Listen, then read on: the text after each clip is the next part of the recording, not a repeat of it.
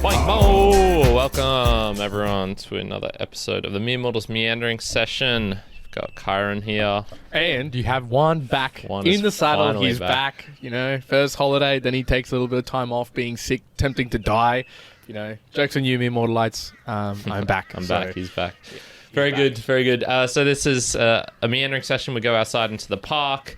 It's very bright this morning. We have to... Yeah, if you're checking us out right now on the video format of our podcast, you might see that the quality is a little bit shite. So that's okay. It's not my best camera work. Yeah, look, nature I actually don't know why we didn't go on that side. Now that we're talking about it, that's all right. It keeps our consistency given that we sit on this side. But that's true. So yeah, meandering session, deep conversations with a lighthearted touch, focusing more on the lighthearted today. We've got random topics coming up. One, you posed a question to me as we walked over here. And correct. You can, if you're watching on the video, you can see one jumping up and down ever so slightly. Yep. Because it's chilly here. It's chilly. And the question was, would you rather wear a jumper or cover up your arms, I guess, or cover up your legs? Oh, I'd say, would you cover up your torso? If you're cold, cover up your top, like the top side of your torso, or would you cover like the bottom half? Yeah. You know, I think I was even discussing this the other day, and I believe I'd rather have a jumper of some sort, but I'm taking that back now because I actually don't like jumpers. I don't like the feel of... You don't like jumpers? Not particularly. I don't like the I don't know if it's like restriction or something like that on my upper body, but I do prefer like the comfiness level of having long pants or jeans or chinos, whatever you call them on. Ooh, okay. So I'd say I might get a little bit more bang for my buck warmth wise if I've got a jumper of some sort on the upper body, but the comfiness level of the lower body just can't be discounted. Can't be surpassed. Can't. Yeah, I don't know. I disagree with wearing chinos or jeans as being comfortable. I don't find them comfortable at all, and I feel it's like the restriction. I don't like the restriction. Because you got like mountain legs and you can't find suitable chinos. Perhaps that's very true. That's one. But two, I do I'll often go home, not all the time, folks, me and my lights out there, but I'll go sometimes and be like, I want to just take my pants off. I just want to take my pants off so I can just wearing underwear and just like stretch out and be able to do a couple of stretches. So that's not specifically to the cold or the warmth. But if I'm going to wear bottoms for the warmth, it's definitely going to have to be tracky pants. But nothing surpasses for me like a jumper, like a good big jumper that just feels like it's nice and warm and comfy. For me, that's completely a top. In Minneapolis, I was walking around, there was 4 degrees, 5 degrees, 6 degrees some nights, and I was walking around in shorts, shoes, and then just like a big jumper. And I was like, yep, this is perfect sort of temperature. Also, it was quite good because I was obviously running as well at night time, so it also helped out in my runs. But I did run in chinos, so I guess I mixed it up, made sure that I got it all. But if I had to pick, I'd go shorts and jumper over like a shirt and pants. Interesting. So I'd go with a jumper. Okay. Yeah. I remember in high school, I never wore jumpers. Pretty much never. I think I had one, but I hated I don't think I wore it. too many either. And I'm just trying to remember what was the reason for that. And I think probably global cooling. It used to be warmer. So I think I used to. I think it was just the comfort level because those things weren't comfy. They were just shitty school jumpers. So yeah, I do remember buying like incredibly cheap shit jumpers. One that had like monkey print on it from like a local Beanley or like Woodridge shop, and it was like, it wouldn't have been ultra cheap. It was like $20, but the material must have been so bad that it like rubbed against my skin and made red patches and stuff like that. Yeah, and that was the thing with them. They were always super tight around the wrists. I remember they were always like that, and even maybe the neck as well. I don't like things choking me. Yeah, no, I don't enjoy that. Little insight into my sex life there. Yeah, I don't like asphyxiation. All right, I've got a fun one for us. Okay. So it's been a while since we've done a sort of like I think a more funner version. I've been talking too much about crypto. Okay. So I've been reading the book Reasons and Persons, and it's talking about identity over time and space. So there's a lot of the first section is really about motivations of people. So it's sort of like there's different theories, like the self-interest theory. So the best life you can live is to maximize what is best for you. Then there's like extended self-interest theory. So the best life one can live is one where everyone is sort of has like the best lives. There's sort of utilitarian. There's all sorts of different type of ones he goes into. So that's like the first half of the book. The second half is talking about identity, and this is where he's talking. He poses a lot of questions like the teletransporter. So if there was a teletransporter, I imagine like Star Trek type of thing where your atoms get configured in a machine. They go, all right, we've got the blueprint of you. Boom, zap, that body is disintegrated, and instantaneously another body on Mars is created atom by atom. And so is that technically the same person? Like, how can you think about that sort of thing? And then he poses like all sorts of series of questions related to this sort of stuff. So talking about replicas. And it got me thinking about my game show, if you remember when we were talking about that. So that was the game show where essentially I was saying like, I would have a bunch of kids all across the world, so they're all half siblings, and then they have to not fight each other, but compete in this like ultimate game show, where you have a little bit of everything going on in that game show. And if you remember, it wasn't just physical stuff; it was like mental challenges, it was group, it was knitting, it was everything. Not just like physical prowess. Yeah. It's not your typical game show. It's like imagine all the game shows you've seen, combine them together. And then some extra on top of that. So imagine I've got two scenarios here, and I'll go through the first one. So imagine we have the teletransporter, and we're just replicating a bunch of wands. So it's physically you in all of these different bodies. Yep. But you could put in a different sort of mental state into each one of them, and that would be their default. So whatever you're sort of feeling at the time or emotions you've experienced in your life, that would be their default state. So you'd have a cheerful one, you'd maybe have a paranoid one, a somber, silly, wild, spontaneous, charming, assertive, manipulative, the least scrupulous, a horny one. Like there's all of these different ones. And that's their default thing. Yes, if the circumstance changes, they maybe all behave in similar ways, but then they regress back to whatever their baseline is. Oh, okay, understood. And which of those ones do you think would do the best in this game show if they were competing against each other? Competing against each other. So, for example, you could imagine, okay, now they're doing like a 10-kilometer run.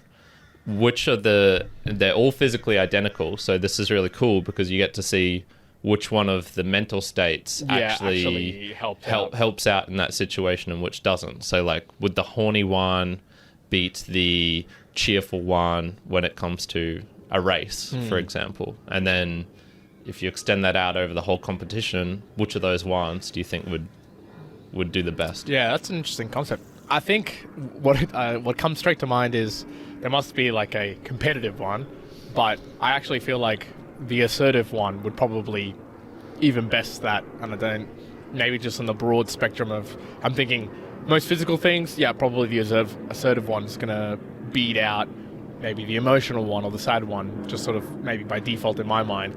But even in things like depressed knitting, one's not even starting the race. Exactly. Sort of Depressed one's like dilly-dallying. Assertive one's like, nah, let's get on with it.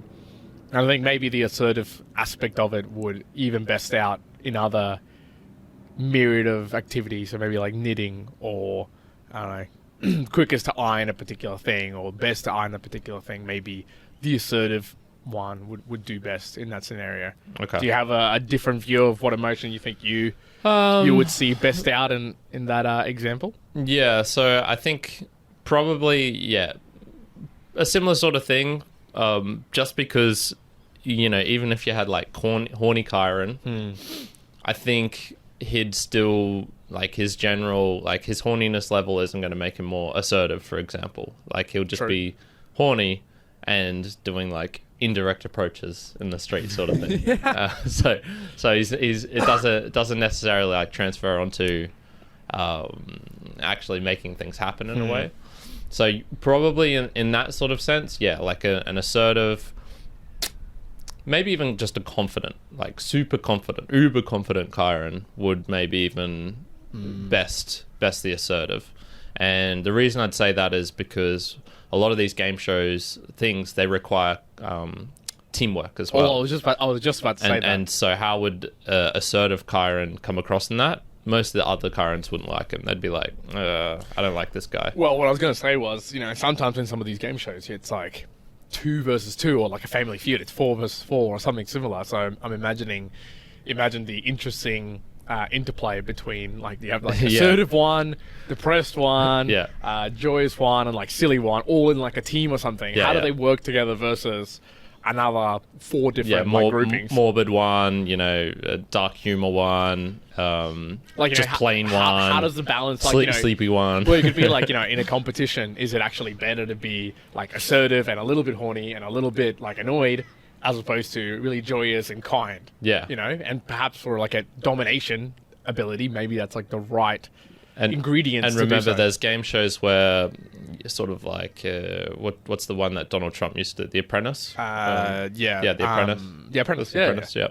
And there's other ones where you're in a team competing against another team, and then if your team loses, you got to kick someone out of that team. So you also got to manage the interplay between all the different ones. So would the assertive one be the one that other ones would like, or would they be like, he's too assertive, he's going to do well, boot him the fuck out? Yeah. So, and we're talking about this and it seems very like far-fetched, very like out of this world, but I was listening to I forget this guy's name, and let me just quickly find him. Do you know it's like an old Japanese guy who's like a physicist? Michio Kaku. Yeah, Michio Kaku, who's one of the string theory proponents. Yeah, I guess like it. Because I talks about it, but I was going to like a theory. So, anyways, he was talking to Joe Rogan and going down the path of how you might transition or send people across vast expanses of space, and there was all these conversations about contracting space and going through wormholes or whatever. One of the things was saying like, oh well, you could send in a similar way, your identity as like a downloaded identity via like a light beam to another place, and it'd be downloaded into a, whether it's a machine or something that can actually record it and be like, hey, this is one. But as you say, like if you're able to download a whole, what I call it, like a system, I guess, or like a whole data where it like entails everything that you are, maybe you could be like, oh, we're going to make them specifically like much more assertive, or just be assertive. And then you could have walking around Mars like an assertive one, and that's all there is to it. So it sounds pretty far fetched, but I mean, if we're going to get to those levels once upon a time, then maybe perhaps we could actually enact this game show of multiple different kinds and all the different emotions and see who wins. I'd watch it. Yeah, I think it'd be good. I'd pay good money for it. I'd be like, that'd be one of those things where I would pay. But I'd only watch it of myself. On Netflix. But I would watch it of other people.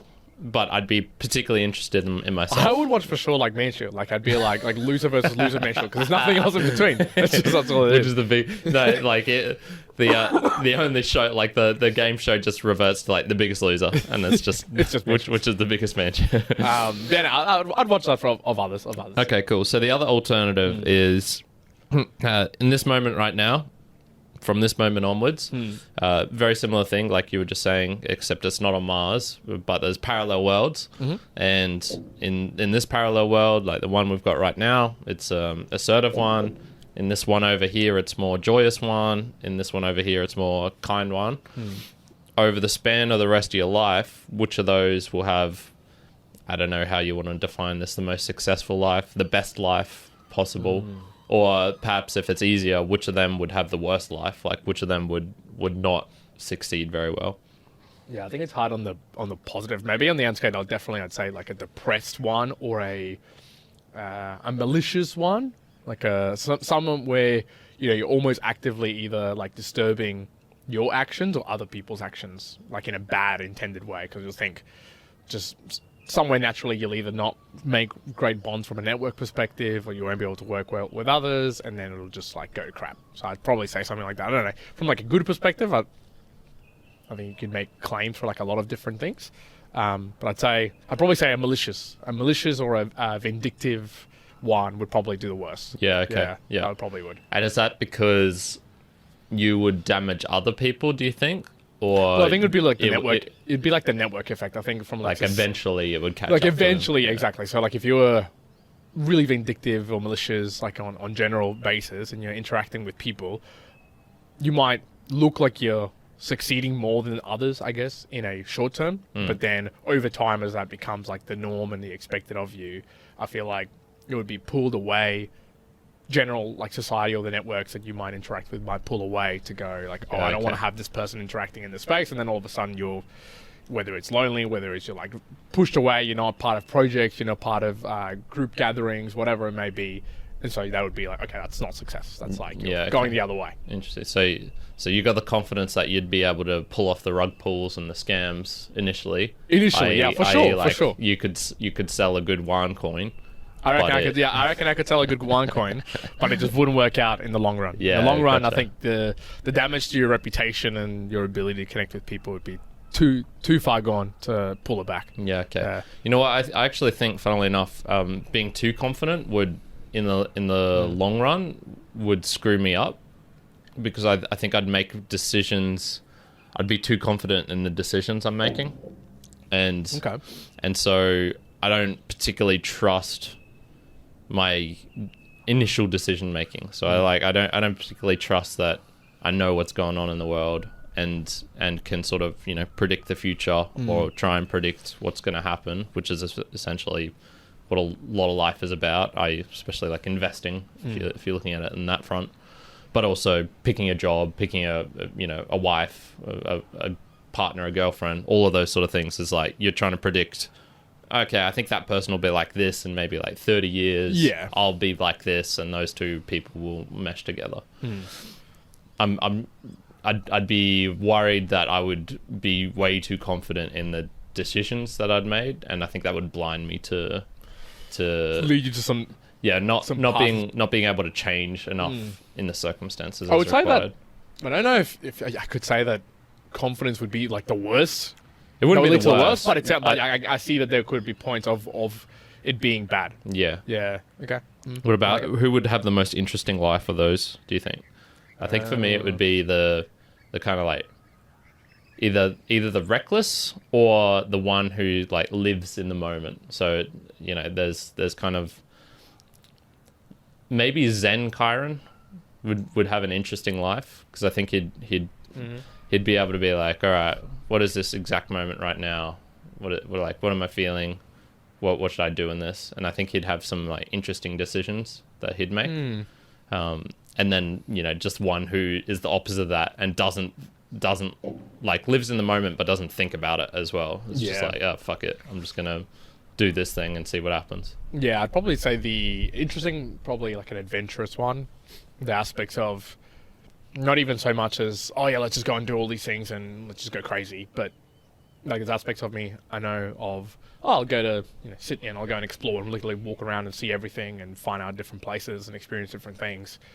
I think that if that was consistent, I would be doing like a lot of things, like a lot of really different things. So I'd probably say an adventurous one would be one. Okay. And so then I guess like the meta question of all of this is, are these values that you think now that they've sort of brought to the surface, we should try and chase more in a way? So you just said you don't want to be vindictive and you don't want to be this, but you do want to be assertive and I think absolutely adventurous.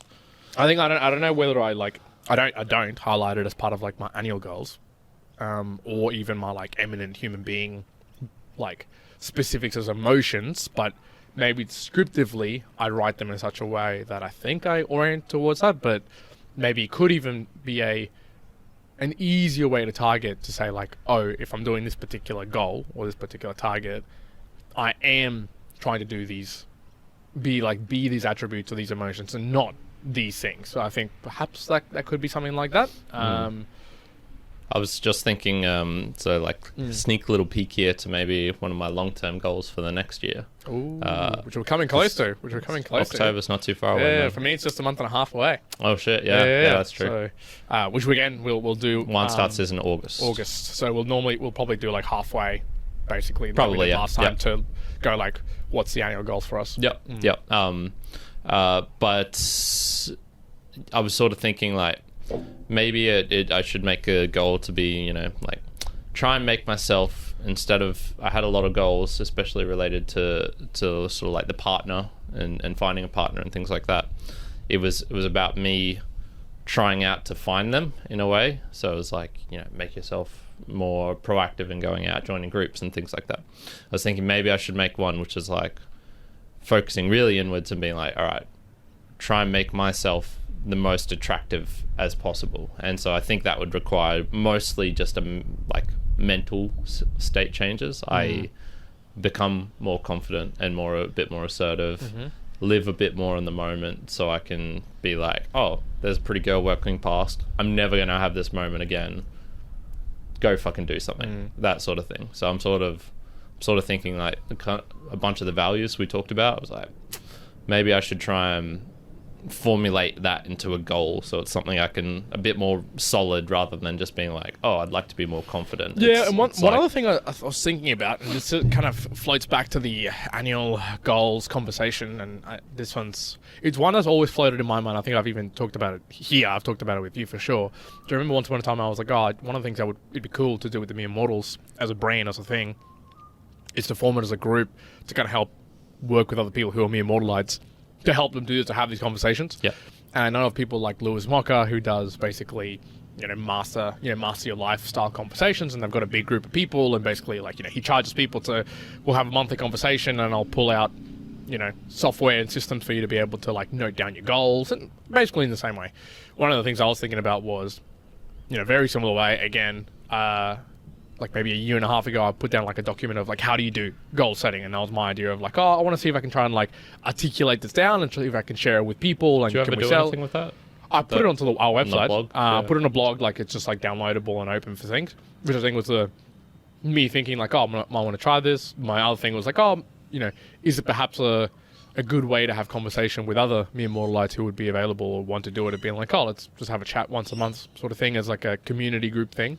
To talk about both our goals, especially what we talk about in the podcast, goals, and their goals, and seeing similarly people who think in a similar way, which way they're venturing on how they're trying to tackle it. So, anyways, things floating in my mind as well for the annual goals. So we'll see. It's kind of consistent across the years. Is the monthly goals? I always think that as who would watch this in a way. It's. When we first started it was purely for you and me. I didn't think a single person would want or be interested in this. Yep.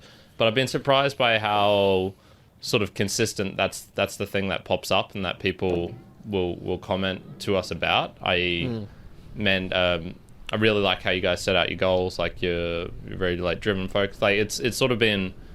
It hasn't been man, you guys are really smart on the crypto front, or man, you guys are really doing this.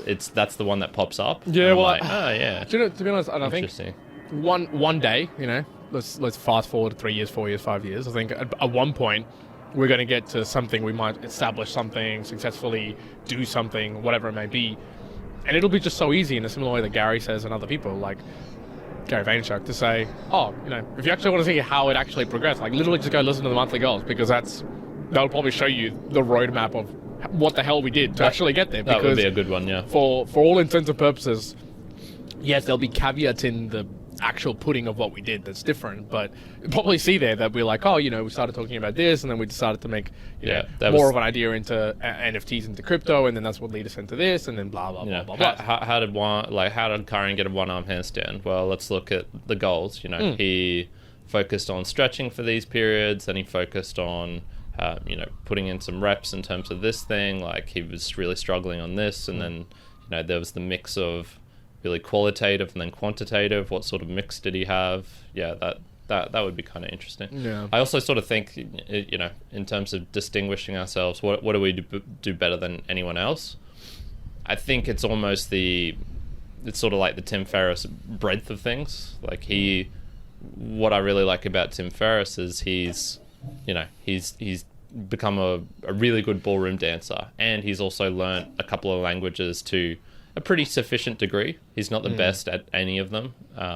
Sort of like the Scott Adams skill stacking idea, if you haven't heard of that before, which is you don't need to be top top 1 percentile runner, or that's probably not the best way to go. It's better to be top 10 percentile in public speaking, in coding, in networking abilities, and then you can combine those couple of things to form I'm the best in the world at this one particular thing. I think I would also say it's probably the ability to talk. We call it Mere Mortals. It's to talk in a very, very basic Mere Mortalites way to other people about such a broad range of things, because we're both either, just broadly read or broadly like interested in a lot of things. A lot of our interests don't particularly overlap, I'd say. Yeah, like the Venn diagram of the things that we enjoy, like I guess it's huge. Like there's probably a lot of overlaps. There's a lot of other things that don't overlap in like a broad scale. When we get down to the specifics, like it's completely different. Again, I say don't come and listen to the Mere Mortals podcast or the book reviews or listen to Valley for Valley or anything expecting to come out from like a PhD expertise like to know like the depths. If you want to do that, like go listen to. Don't expect to come out smarter. Go listen to like Andrew Huberman. Go listen to Sean Carroll from physics. Like all these people like that. That's the expertise. That's like the knowledge that they're known for. I think more from us, it's being able to hear Mere Mortals and speak with other Mere Mortalites in a similar way, where it's like, oh, it's about a particular topic and talking about broad things, and it might just like jar your thoughts into like, oh, I heard this from another podcast, or I heard this from another context or theme, and I can kind of piece it together, and that kind of helps out. Okay, cool. That's more where I see that alignment. We're not pushing the circular boundary of like the limited knowledge on a particular point and pushing it a little bit forward. Yeah, like, no, that's we're sort of swimming around the knowledge. We're swimming around that knowledge and just connecting little buoys every now and again. Which is annoying as fuck, because it's so hard to describe the podcast to people when you first meet them. Because you're talking about so many different things. They want a 5-word answer. I speak about the intersection between females, like females in sport, and the pay gap or something like that. I was just like, we talk about life. It's life. It's literally life. There's just always so many topics. One point I was going to say, because I've had this for a long time in here, just language learning. So I think I mentioned to the Mortalites a long time ago that I've started to learn a little bit of French. Yeah. And it's been going okay. A couple of like little notes that I've picked up along the journey of doing this, because I did it many years ago, was, man, I've just forgotten how hard it is to speak a new language in comparison to reading and writing. So I can... I've become pretty proficient in reading and writing French, at least in the very basic concepts that I've been going through, which is fine. But to then just be able to converse it, it's just like another whole level. I was like, oh man, this is... So are you been practicing with someone speaking? I haven't been practicing. No, I wouldn't say so. Like I've spoken a tiny little bit with Mum, but that I wouldn't count that at all. Yeah. Obviously, with the Duolingo, just speaking on to it, that's kind of like as much as I've been doing, but it's not enough. So I think that aspect I've really got to pick up. But one thing I was listening to Andrew Huberman talk about around like failure and learning, I think it's been scientifically mapped out or proven, or there's some study out there where the rough nature of how hard something should be in terms of like a good learning curve should be that 85% of the time you're passing or you're getting it right, and 15% of the time you're failing. And I'm just getting down to the point now with the French learning where I'm like at that point where I'm using Duolingo exclusively, and 85% of the time I'd say I'm getting things right, or I'm like, oh yeah, that's what I understand it to be, that's what it says, and 15% of the time I'm losing my hearts and can't continue on pretty much from the learning perspective. But I'm quickly gonna, I think, and I was gonna ask you about with your German, I can feel it, like in a couple of weeks it's gonna start to be like tipping to the point of, damn, I'm failing way more than 85% of the time. Like I'm down to like 50% of the time I'm getting things wrong, just because there's like the amount of new words that are out there, and because I'm not practicing with another person or speaking it, it's like there's a limitation to how much I'm absorbing. So at this point I'm not parroting it back, but I'm just like almost like remembering very precisely, je m'appelle Juan, tu vives in Australia, like all these sort of things. I'm like, word to the translation to what it means, but I'm not putting it in the scope of like, conversation language, which I think will hurt me and will find me as I go on. It's like, I'm not translating now this to this 85%, 15% failure. I'm like, no, I'm failing like 50% of the time with new stuff because I'm forgetting old stuff or something like that. Yeah. Are you finding with your German after like a certain amount of time that you're like, okay, there's a more failure rate coming into play? There's something you can actually sort of measure in a way, because if you stack it up on the side, there's a little thing showing how many errors you've had. So it caps out at 50. So you'd probably need to either do like the practice, because you can sort of do a practice test to bring that all back down. I think you have to either pay or use something for that. So there is a way of kind of measuring it if you wanted to. I would say with the rapidity, I'd probably be around that. I think success failure rate, but I sort of like go back. Good thing. So yeah, Duolingo is what we both use. I recant all the bad things I said about it over the last year. It's been actually pretty good. I would say like the ability to just go back if I was staying at the hardest level each single time and doing just the next one down. So like complete that out, max it out in terms of the jewels or the whatever it is, and then go into the next one. Yeah, I would be failing a lot more, but I'm sort of mixing up like easy and hard at the same time. So I sort of do a little bit of both. I don't know. It's getting to the point where, yes, obviously it's the speaking. That's the thing I'm not practicing at all. I guess I'm reading on the computer, so that's reading in a sense, not reading a book wise. Reading stories? No. So they're like single sentences. So yeah, it's we'll count that as half maybe. Okay. But reading's important because you know how to spell the word. So schlecht, for example, it's like in English it's weird because you don't know exactly like where you like. Is it schlecht as in like SH or SCH, like school, for example, that sort of shit. German's got a little bit of that as well, where it's I don't think it's as bad as English, which is just an awful language for that aspect. I'd say I'm doing okay. But I'm not practicing with people, and that's the killer. 2 reasons for that. One, it's quite hard to find Germans here in Brisbane.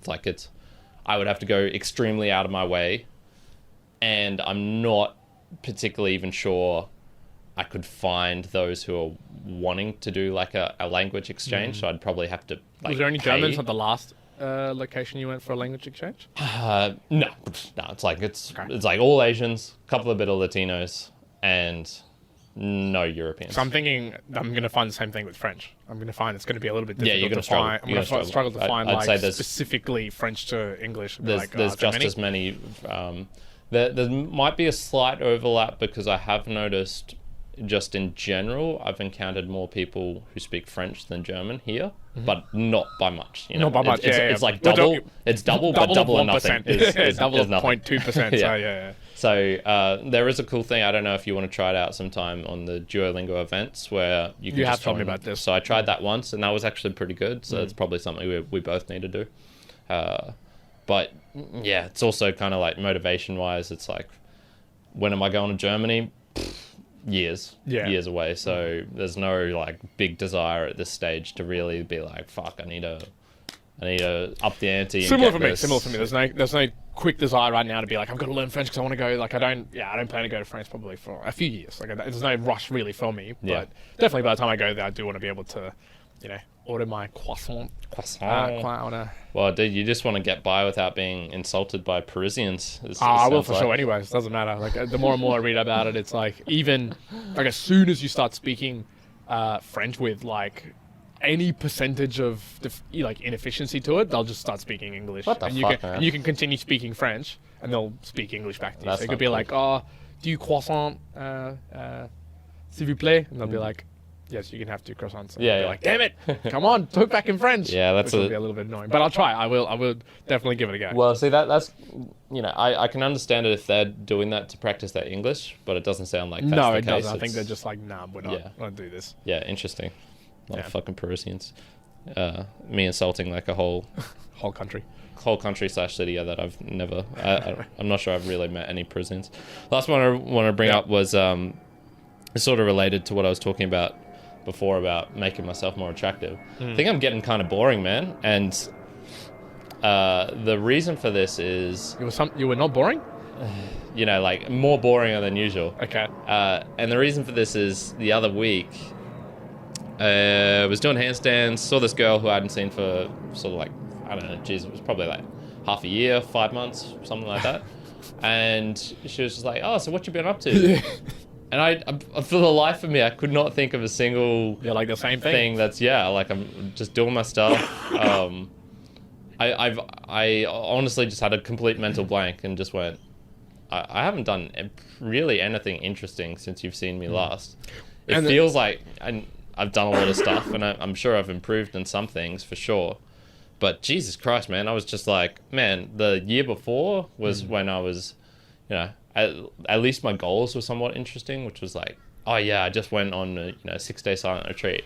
Oh yeah, I just was like ran a marathon, but I barely ran it, and it took me 7 hours. Well, and that's why I said that there's things you got to do. That's why I had like that goal in my annual goals. And I'm pretty sure I'll have it again in some form, shape of doing something that is different every month, so that you can have basically something to talk about. Even like personally, I think that's a good thing, just to experience different things. But at the same time, it also gives you something you'd be like, oh, whatever. I tried out like a ballerina class, or actually went to like a flamenco dancing or something like that, where you can add something to talk about. It's like an extra story you can add into the repertoire that at least, like, oh, safely there's an extra new thing that I can talk about. Whether you enjoyed it, whether not, it just forms a new story as part of like what you've been doing. Well, it's funny you actually mentioned that. So now that I reconsider, I've been to 2 ballerina classes in a way recently, which is like the booty bar classes at Good Life, working on my fat booty. Yeah. And well, see, there's something there. You could have talked about that. Yeah, exactly. So now I'm just thinking it's like, oh, maybe it's just like it's what you think is interesting. Yeah, what I think is interesting, and also just non-practice in having like trying to be an interesting person in a way. So like it was just like that wasn't the first thing that came to my mind. The first thing that came to mind was, well, I've been doing a lot of handstands. I've been working on the podcast a lot. But, that's... It wasn't like, let me frame what I've been doing in a cool way. Exactly, the framing. So this was something that definitely is going to come into my like annual goals for next year, for sure. But just even the way that where we do the podcast, or whether I'm talking to other people, is to actually frame or be able to converse about a particular topic in a much more interesting way, in the sense that you can make anything interesting, but it's just the way that you articulate it. I guess, again, storytelling, the way that you tell the story can be wildly different. So if you say like, oh, well, I went to a theme park, you could be like, I went to a theme park and whatever, like that's it, done. Or you could, in a way, describe it, learn from the way that maybe you've read different books and the way they describe little things. I know in the latest book review, forget the name of it, that just came out. Madame Bovary with like, the very specific details of like, someone coughed or someone gasped, like that level of like, you read it and it's a certain thing, but you can do that in storytelling in a way. So you can like introduce a lot of interest and a lot of, perhaps someone to actually listen to that particular story. And so it turns this, story that you're telling about a particular theme park into like something really interesting. But, maybe in that booty one, in that particular class, you could be talking about like, those went to this booty class, like, it was about 42, 43 people, I was at least in the bottom 20%. Yeah. Like this sort of conversation that you can have about it, that makes it sound like a lot more interesting than, I went to like, been to 2 classes. Yeah. Well, I mean, like, there's plenty of interesting things to say, like the dynamics of being the only male in a, it wasn't 40 people, it was probably like 20 women there, and I was the only male. Yep. And then like coming back in and they were all like, oh, we thought we scared you off because I missed a week in between. So there's plenty of sort of dynamics to talk about, but it was just it just feels like it just blanks. It just like muddles in with the rest of like life in general. So it doesn't feel like it's a standout. But I think that the important thing is you can make anything a standout as long as you like place it the right way, tell it the right way, and then you can become interesting. I think there you go, Mia. That's a little tip for you. I think you can make it no matter what you're doing. I think you can make it interesting unless you're like literally like dwelling in the basement of your parents' house. Then it's pretty hard. It's pretty hard. You have to spin a big tale to make that interesting. But no matter what, I think you can tell the story in the right way to be really interesting. Yeah. Speaking of, so I got been like some car switching in my family, and I've gotten rid. It's like I've gotten a hand-me-down. You're like, oh, Karen, oh, poor you. Like you've gotten a hand-me-down, but it's a hand-me-down that's like it's a significant improvement. But I've not wasted any time fucking it up. Yeah. So one thing I've noticed, it's happened twice already. Got in the other day, I just smashed my head on the top of the like the I don't know the door, I guess, like the top of the door getting in. Just smashed the fuck out of my head on it. My ear is still like somewhat bruised, like I can still feel it sore from that. Nice. And then last night I was turning around trying to get something turn right, smash my head on the top where your sunglasses case comes down. Just completely broke that thing off. Like, it's just fallen down. And so that combined with another thing, which I've sort of kicked, has left me like these two sort of tray type things, which I've both just fucked up. And with pretty quickly in this. There you go. You're getting the new car to the old car. So that's real quick. A little interesting fact there. Don't trust me in new cars, any car because I fuck them up. God. All right. Cool. Thank you everyone for joining in for the meandering session. I'm going to leave you a question today for your boostergram, so something to think about when you do it. If you were in a reality game show TV, which of your personalities, your moods, I suppose, would be the most successful in that? I'd like to know if you're what other people think, because I think it also highlights maybe what you. Even like horny Kyron would have a sort of passivity to him. He wouldn't be, like I said, he wouldn't be assertive horny. He'd be passive horny. Yeah. So I think it also highlights like your general underlying, even beneath the emotions. Yeah, because you might be like a confident one might be like a really aggressive confident one. You know, like that. To you, confidence might be like a quiet confidence. Could be balls to the walls type of confidence. So for sure. So I'd love to know all of those things. So best way to do that is send in by a boostergram. Boost. So a boost is a message attached to payment if you a payment of satoshis. So if you go onto new podcast apps, choose one of the ones with value. I'd recommend Fountain or if you in Fountain they're actually doing like mini promotions and stuff. So if you send in a big boost, you can even win like a cold card or I don't think it's a Trezor or a Ledger, but sort of kind of like little cool thing to like a hardware wallet. Yeah. Okay. Yeah. So cool. I think the current one is 300,000 that you have to beat to be in first place. So better up those numbers. There you go. Send them straight to the mere mortals. Rookie numbers in this bracket. Exactly. So thank you everyone for joining Value for Value. We spent a lot of time, energy, effort. You know, we're doing this during Juan's workday. Yep.